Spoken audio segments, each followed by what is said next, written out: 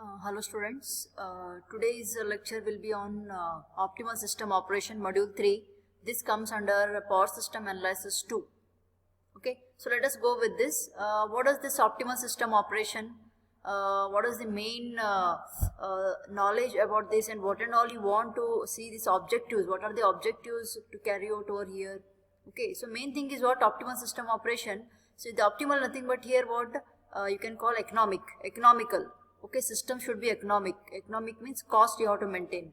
Okay, so overall system cost has to be maintained. Then how to maintain the cost? Optimal system operation of overall power system.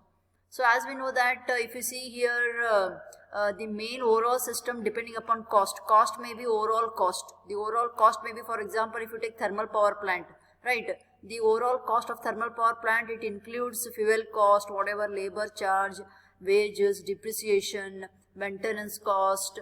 So all those things will be, that is nothing but overall cost. So though that cost has to be maintained so that we can make system optimal, and we have to maintain the continuity of supply also. Okay, let us go with this. See, optimal system operation involves the consideration of economy of operation, and it also includes system security. Security also plays a very important role, and here we can go through and we have to save the fossil fuels. Okay, and optimal release of water at hydrothermal. If you want to consider hydrothermal plants, so that optimal release of water means we have to utilize the water minimum way. Okay, so that we can generate more. So optimal release, we can release the water as per requirement. So with this, so now in this module, so optimal system operation consisting of two main problems. One is problem of economical dispatch, and another is problem of optimal power flow. In problem of economical dispatch, which deals with overall power output, how much you are getting from each plant. Okay, here you have to check it. So total plants, number of plants is equals to number of demand if losses are not there. If losses is there, losses has to be added, and total number of plants has to be added, so that overall fuel cost is minimized. It means what? Cascading. The plants are connected in series form so that fuel cost can be minimized. So this is the problem of economic dispatch. And another problem of optimal power flow deals with, you have to minimize the overall losses in the system. Overall loss in the system can be minimized by maintaining optimal power flow. So these are the two problems in optimal system operation. So one is problem of optimal power flow, another is problem of economic dispatch. So with this, let us go for the main aim of economic dispatch is the main aim is to minimize the total cost of the generating real power at various stations. We have to maintain the cost, so that's why the name itself they have said here optimal. Okay, and we have to maintain the losses in the transmission lines also, we have to reduce here. With this, let us go for, okay, so these are the different performance curves as we are going to study now. So one is here I am considering the thermal power plant. This is the generating operating cost. This is first one is input versus output power curve. Input versus output. Input I am taking in terms of rupees per hour, that is in BTU, British Thermal Units, versus output, that is in megawatts. As input goes on increases, output also increases. So this is the fundamental curve of thermal power plant, and input is in British Thermal Units. We are taking in terms of rupees per hour, and whatever output we are taking in megawatts. Okay, so input increases, obviously output will be more. Sometimes they will ask, write a note on performance curves. You may get like short notes. Okay, this is for thermal power plant. So now heat rate curve. So heat plays a very important role in thermal power stations. So heat has to be maintained here, as if heat input means input of the steam, whatever heat if goes on increase, obviously output will be less. Okay, so heat rate curve, this is heat rate curve, that is British Thermal Units versus kilowatt hour versus output in megawatts. Okay, we have to maintain. Output will be more in the sense, so the heat has to be reduced here. This is whatever curve we are getting, inverse form. Okay, so next will be heat rate curve. This is the equation. You will be getting one problem is there. We have to use this equation, heat rate curve. So this is the ABC value. I'll tell you what and all we have to. Okay, these are the equations we are using here. So heat rate curve we are getting in mega kilo calories per megawatt hour. So this is the equation. I'll tell you after what is that actual equation it will be. A, B, C are the constants we are taking here, and this is the generation. Okay, so the same equation will be there next. There you will come to know easily what it is. So this is the quadratic expression. This is ABC value. This plays a very important role. F is fuel cost here. that is we are taking in mega kilocalorie per hour for thermal power plants. And general equation also I will tell you how to write. Okay, A, B, C nothing but constants. A is salary, wages and depreciation will be there, and B is nothing but fuel cost, and whatever C is nothing but losses here. And the quadratic expression for fuel cost we can write in terms of this form. Okay, K we have to multiply here. Okay, so this is the equation of thermal power plant actually. In problem we have to take this. Now I will go for general form of equation, which is very much important while doing problems and all. Okay, this is the incremental fuel cost. So we are taking here two curves. One is power output versus in megawatt, that is in terms of typical input output curve of a generating unit.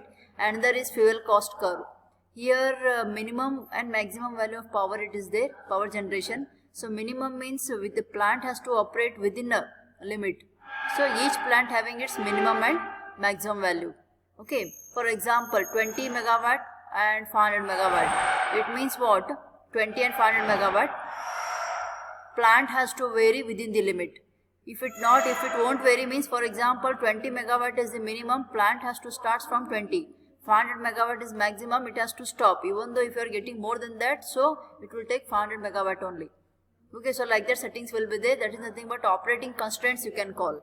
Okay, so each plant having its minimum and maximum value. Okay, this is input versus output. And this is also cost of the fuel in rupees per hour. Always cost you have to take in rupees per hour. And this is the output, that is minimum and maximum. If you take this graph, so I am tangential, we are forming one tangential line. So in that we are getting axis x and y axis. Y axis will be change of this power, what is this cost, and this is the rate of change of power. Okay, this is the theta. Theta is in between this. Tan theta we are getting this equation. Okay, this is minimum maximum. Plant has to operate within the limit. Okay, this is the fuel cost curve. If you take tan theta, for example, tan theta is rate of change of cost function Ci by del Pgi. Del means nothing but change. Okay, so now I will tell you the equation what to take. So this is the main equation you have to consider. This is the fuel cost. Some book they have referred F, some book they are taking C. Fi and Ci plays a very important role. Fi and Ci nothing but here A, B and C plays a very important role, and this fuel cost for different plants we are taking. Ci means I is number of plants. If you take C1 for first plant function, C2 second plant function, continued. And A, B, C are the constants here. Okay, same equation we can write like alpha, beta, gamma. Either you can write like A, B, C, and either you can write like alpha, beta and gamma. Okay, so first plant means Pg1, second plant we are, if you want to take another equation, Pg2. Okay, so now A means what here? A is salary, wages, depreciation, B is nothing but fuel cost, and C is nothing but losses. Okay, loss in the system. This equation is very important. This is Fi or Ci, that is nothing but fuel cost. You have to write in rupees per hour. If you do differentiation of this will be in rupees per megawatt hour. Okay, so that will be incremental fuel cost. Okay, so now the same equation we can write like alpha, beta and gamma, or A, B, C. Sometime they may write Pgi. So if you take for first plant, it will be C1 is equals to A1 plus B1 Pg1 plus C1 Pg1 square.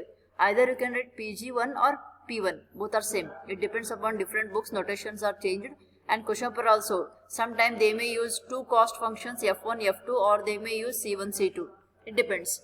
Okay, with this is the main equation. Remember, this is F and C is fuel cost.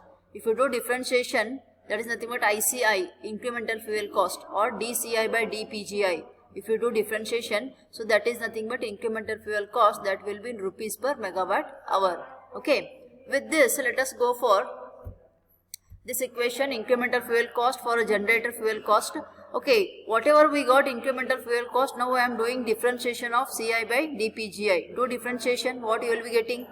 Incremental fuel cost, Ai plus Bi, Pgi plus Pgi square. If you do differentiation, you will be getting Bi plus 2Ci, Pgi. And you have to be careful while doing equation. In exam, if they give like this form, in this all three variables values will be there, then it is nothing but whatever given value is just fuel cost. If they are given in terms of this differentiation form, that is nothing but incremental fuel cost, that you will be getting in rupees per megawatt hour. This will be in rupees. Okay, And using this, if you form a graph here, A is actual incremental cost curve and B is approximated, that is linear curve. Okay. So now with this equation, so now what you have to do here, once we got these two equations plays a very important role. One is just a cost and there is incremental fuel cost. In problem check it, A1 whatever, if two fuel cost will be there, F1, F2. So F1 in the sense if the first cost will be A1, B1, C1, second will be A2, B2, C2. Okay. So this is incremental fuel cost. Same thing you can write like lambda. Okay. So this is the equation as what we got. Okay. So and this is the incremental, and here in problems check it, read the problem carefully whether they have given in fuel cost just C1 F1 value or whether they have given in incremental fuel cost in differentiation form. Okay, check those values, and whatever problems we are going to do here by different methods. Here I am going to tell you different methods, 3 methods I am tell you, so that you can check it answers by all 3 methods, and whichever you can feel easy that you can do it in exam. Okay, this is the basic. Here we have studied what is optimal system operation and what are the different curves will be there. With this, let us go for derivation of equal incremental cost criteria without loss, without generating limits. We are not considering any losses, any limits. Okay, and afterwards next derivation will be with loss. So now in this video I am doing this much. Next video I will continue the derivation. Thank you.